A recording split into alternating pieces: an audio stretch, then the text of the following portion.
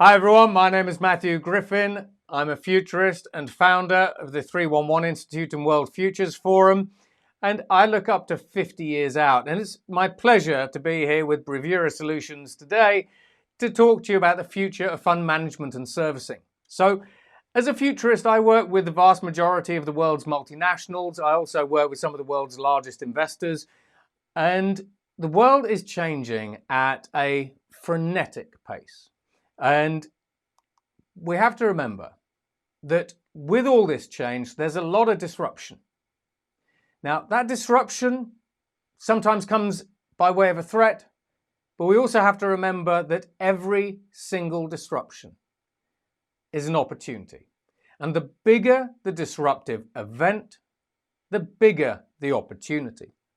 So, as an example of sort of one of these threats, I'm going to introduce you to Anna. She's my own digital human. She's my first digital human employee. So Anna, take it away. Today, we're all being disrupted. And I'm not just talking about by digital humans like myself with our conversational artificial intelligence, state-of-the-art high-def rendering, and neural networks for brains. Well, thank you, Anna. Now, when we actually look at Anna wouldn't have been possible even just a few years ago. She is the result of increasingly advanced artificial intelligence, increasingly robust high-definition rendering, faster computer and network power, all these kinds of things. Now, in Anna's case, she represents a threat to the world's creative community because she and her colleagues actually help automate things like corporate communications, content creation with synthetic content, and all manner of other things. And that industry is a $6 trillion industry, and it employs over 235 million people. On the other hand, if you can use Anna as an opportunity, you can unravel that industry and you can own it in new ways. Now, meet Cora. So Cora is one of Anna's digital friends. She actually works at a bank in the UK, so she works for NatWest. She handles account inquiries, loans, payments, mortgages, and travel inquiries, basically. And she's actually doing a very good job. But just think about what digital humans themselves, let alone any of the other technologies that we could talk about, basically actually represent. They represent human interaction and human experience at internet scale. It's transformative. Now, some of this isn't lost on Jeff Bezos. So you might have sort of seen this letter in Jeff Bezos's annual shareholder meetings, but he's been including them since 1997 when he first founded Amazon. So as he said, to quote, "We will make investment decisions in light of long-term market leadership considerations rather than short-term profitability considerations or short-term Wall Street reactions." Now, this is significant because when Jeff initially created Amazon, he went to Wall Street and said, if you invest in me, don't expect any returns for 7 years. We're not going to make a profit, but after that, we will make a profit. And now Amazon is what, a $1.7 trillion market cap business? So I think it worked out very well. But when he went to Wall Street with that kind of conversation, it was unheard of. Now, when Amazon enters a market, they do it in a way that is noticed by everybody. The vast majority of market incumbents fight over market share like this. The cat takes 0.5% market share, the other cat takes it back. Amazon then enters the market.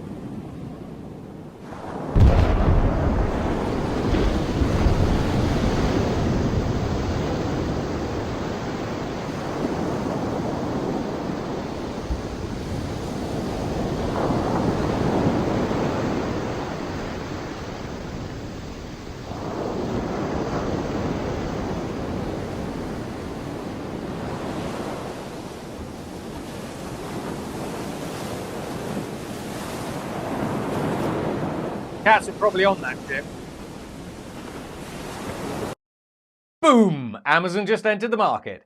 Now, just to show you basically what this long-term thinking has done for Amazon, bearing in mind that this long-term thinking has allowed Amazon to lay the right foundations to enter new markets in new ways at speed. and disrupt them at a scale that no one really considered before. Amazon recently bought Whole Foods for $13 billion. On the same day, shares in Walmart and Kroger's and a couple of other US grocers started to fall. You can imagine why. However, from Wall Street's perspective, Wall Street pushed Amazon's shares up by $15 billion. So by the end of that day, Jeff had spent $13 billion. Wall Street had rewarded him virtually with $15 billion. So he actually had $2 billion spare for a party. Yet this is the kind of world that we now live in. Now, in reaction to that, the New York Business Council, which is led by Jamie Dimon, had decided to put their shareholder primacy policies, which used to be the only thing that they cared about, pretty much in the bin. So we've started to see the death of shareholder primacy as over 181 CEOs in the Fortune 250 have decided to deprioritize shareholder primacy as their raison d'etre. So they can plan for the long term. They can envision the long term with people like me. They can build the right strategies. They can position their chess pieces accordingly. And then, boom, in 7 years' time, they can move into new markets at a speed and scale that they wouldn't have been able to before. Now, when we do talk about speed, consider this. It took 75 years for 50 million people to adopt the telephone. It took 19 days for 50 million people to adopt Pokemon Go. It took 6 days for 100 million people to adopt Call of Duty. So as we have an increasingly connected and digital society, I can create a product today, push it into the marketplace, and I can disrupt global systems and the status quo very, very fast. And if you wonder just how fast, how about a day? Shall I give you an example? I bet you like an example. So in 2019, Facebook launched Libra, and had the regulators approved it, bearing in mind the reason why they didn't approve it, as they say, was more of a function of their lack of trust in Facebook rather than the technology or the concept itself. To quote the chairman of the European Central Bank, the Bank of England, the US Federal Reserve, and the People's Bank of China, Facebook's Libra cryptocurrency could have changed the state's control of money overnight.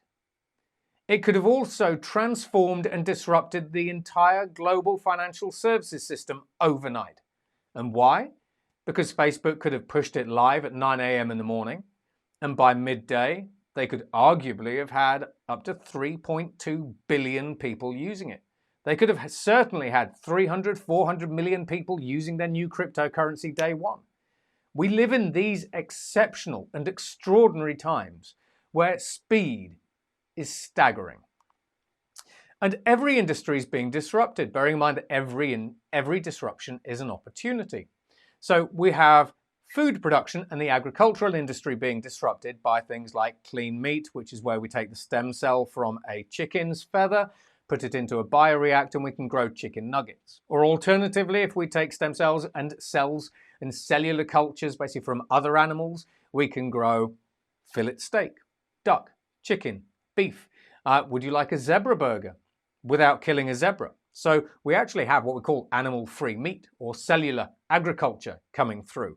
We have vertical farms that allow us to grow 8 times the crops in 250 times less the land footprint, with 99% less water, 100% less chemicals and pesticides. Bearing in mind that farming contributes almost 20 to 30% of all global greenhouse gases, this is ESG on steroids right here. And ESG, maybe we'll talk about ESG investing at another time, but there's lots going on there too. When we actually have a look at the energy generation sector, basically we have over 1 trillion watts of renewable electricity installed, and the cost of generating this electricity is pretty much falling to zero. So we are very close to being able to generate renewable energy at almost zero cost, or zero cost, millionths of a cent per kilowatt hour, unsubsidized. And these types of energy basically are now the cheapest form of energy in over 60 countries. In the financial services sector, we obviously have fintechs, we have decentralized finance, we have NFTs, we also have robo-wealth advisors, and a mix of other digital humans coming through. When we look at healthcare, basically we have increasingly powerful gene editing tools like CRISPR that allow us to do in vivo gene editing. So if you were born with a genetic condition like Hunter's syndrome, we can sit you in a bed, put you on an IV drip. These solutions, these CRISPR solutions, will clip out the wrong gene or the faulty gene, clip in the right gene, and you can walk out of that bed no longer having Hunter's syndrome. I think we've done that actually 2 years ago. Who knew? In addition to that, you are replaceable. We can 3D print human hearts. We can 3D print bones, kidneys. We can 3D print artificial muscle. We can 3D print skin. We can do all kinds of things. So the biotech sector is incredibly varied at the moment, and there's huge amounts of innovation going on there. And that's before we mention telehealth, telepsychiatry, and all kinds of other things, and being able to operate on people while the surgeon is in one location and the patient is 1,000 miles away over 5G. That's a fun one. Now, in addition to that, the transportation sector, it's going fully autonomous and fully electric, everything from cargo ships and aircraft all the way through to the cars basically on your streets. And when we have a look at energy generation, we already have solar panels and solar concentrators that are 48% energy efficient, 80% energy efficient courtesy of carbon nanotubes, 132% energy efficient courtesy of new nanophotonic materials like black silicon. Now, this means that we are already at the point, and we already have solar prototypes that can generate electricity when it is cloudy, when it's raining, from ambient light, and even from moonlight. So when we start having a look at the future of grid-scale storage, for example, as well as the future of electrified industries, the energy revolution that we see transforms all of those in completely extraordinary and unexpected ways. Just tip of the iceberg, a lot of this stuff, but hopefully you get the idea. We can 3D print food. Now, when you can 3D print food, we fundamentally change our relationship with food and nature, because we can 3D print fruits like these. We can 3D print buildings.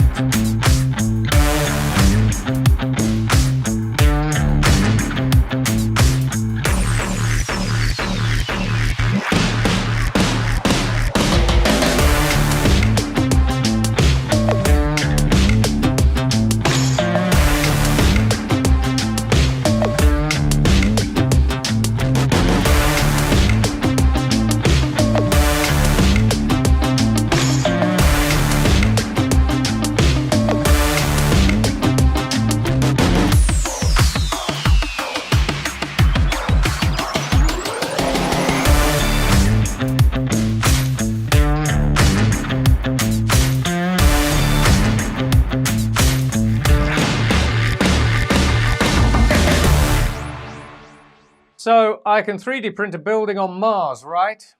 Okay, sounds fun. I can 3D print a building in your local neighborhood. And we're already doing these. So we can 3D print buildings 90% faster than we can make a traditional building. And we can 3D print them for 90% less cost than a traditional building. We have people in France, in the UK, in the Netherlands, basically in the US, in the Ukraine, in China already living in 3D printed buildings. And as an investor, you might be kind of thinking, well, okay, so what?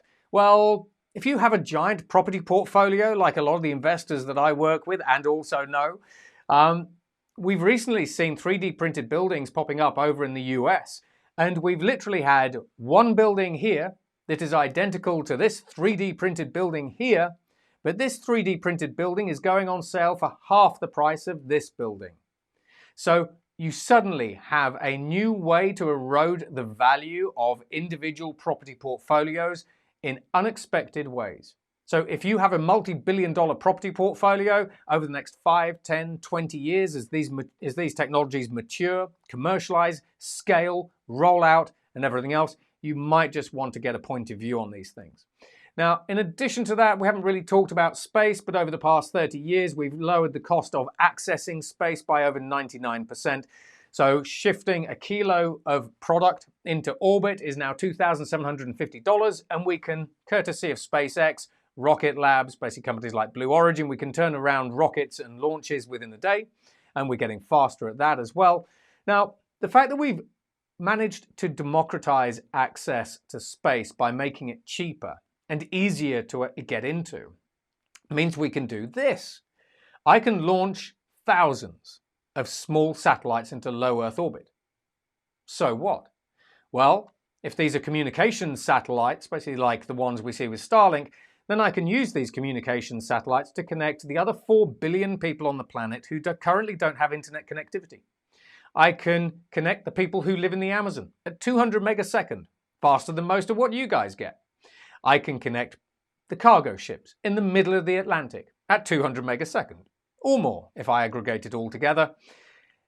But from an investor's perspective, from a startup's perspective, from an organizational multinational's perspective, what have I really just done? I've just doubled your total addressable market opportunity. One technology, and I've doubled your global AMO. You're welcome. Now, we know, and throughout this presentation, you have seen and hopefully understand that when we look at the future, speed matters. And I'm just going to leave you with this thought. Robo-lawyers. Everyone loves looking through contracts, especially lawyers because they get paid a huge amount of money to do it. Now, the rise of new artificial intelligences have allowed us to create robo-lawyers. Now, in JP Morgan's case, they used robo-lawyers to reduce the amount of manpower and the number of man-hours that they had to spend looking through different contracts for different things by $465,000. So these technologies are democratizing access to law in new ways at almost zero cost. And if you're a lawyer and you're charging $350 an hour or more, these are a threat. They're basic today, but they're getting better and better and better and better. Now, if you're an investor, threats are opportunities. So I hope you've enjoyed this presentation, and it's been wonderful being able to talk to you all like this. So have a great day. And if you want to know more about Bravura Solutions solutions, just click the QR code below and have a great future.